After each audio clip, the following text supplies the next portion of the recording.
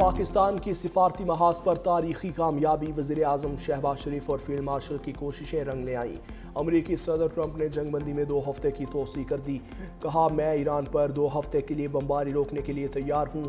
وزیر اعظم شہباز شریف اور field marshal Asim Munir سے گفتگو کے بعد جنگ بندی میں توسیع کا فیصلہ کیا۔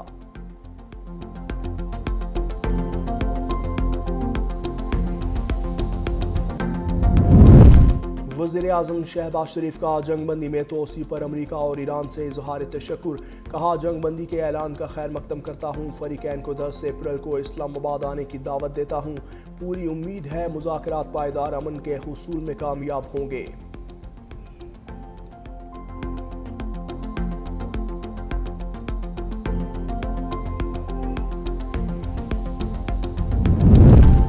جنگ بندی کے اعلان کے ساتھ ہی عالمی منڈی میں تیل کی قیمتیں گر گئیں۔ برینٹ کروڈ آئل کی قیمت میں 16% کی کمی، برینٹ کروڈ آئل کی فی بیرل قیمت $93 ہو گئی۔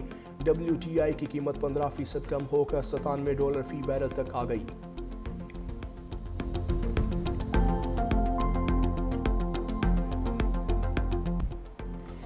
وائٹ ہاؤس کی جانب سے ایٹمی ہتھیاروں کے استعمال کی تردید، سوشل میڈیا پر جیری وینس کے بیان کو ایٹمی حملوں سے جوڑنے پر رد عمل۔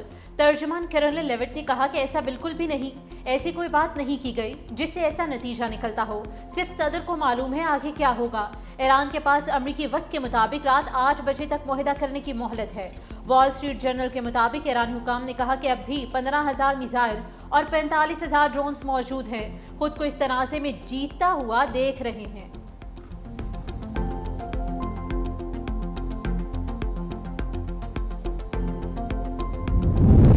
جنگ بندی مذاکرات میں بڑا ڈیڈ لاک، ایران نے خود کو بات چیت کے عمل سے الگ کر لیا۔ امریکی اخبار نیو یارک ٹائمز کے مطابق ایران نے امریکہ کے ساتھ سیز فائر مذاکرات معطل کر دیے۔ 3 سینئر ایرانی عہدیداروں کا حوالہ دیتے ہوئے لکھا، ایران نے امریکہ کے ساتھ جنگ بندی مذاکرات کی کوششیں روک دی ہیں، فیصلے سے پاکستان کو بھی آگاہ کر دیا۔ وال اسٹریٹ جرنل کا بھی براہ راست سفارتکاری معطل ہونے کا دعویٰ، لکھا صدر ٹرمپ کی جانب سے نئی دھمکیوں کے بعد ایران نے فیصلہ کیا۔ ایران کے فیصلے سے مذاکرات کی کوششوں میں پیچیدگی آئی ہے۔ ایران نے رابطے منقطع کر کے اپنی پسندیدگی اور مزاحمت کا پیغام دینا چاہا۔ ایرانی سینئر عہدیدار نے کہا کہ ایران اور امریکہ پاکستان کے ذریعے پیغامات کا تبادلہ کرتے رہتے ہیں۔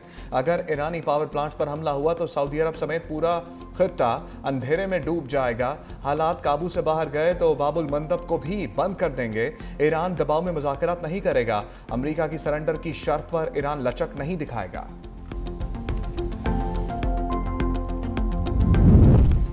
ڈیڈ لائن قریب، جنگ بندی کے لیے سب نظریں پاکستان پر لگ گئیں۔ پاکستان، ترکی اور مصر کی سفارتی کوششوں میں تیزی۔ سینئر پاکستانی عہدیدار کی ترک خبر ایجنسی سے گفتگو کرتے ہوئے کہا کہ ایران نے امریکہ سے مذاکرات ختم ہونے سے متعلق کوئی پیغام نہیں دیا۔ پاکستان کو ایران کی جانب سے مذاکرات کی معطلی سے متعلق کوئی پیغام موصول نہیں ہوا۔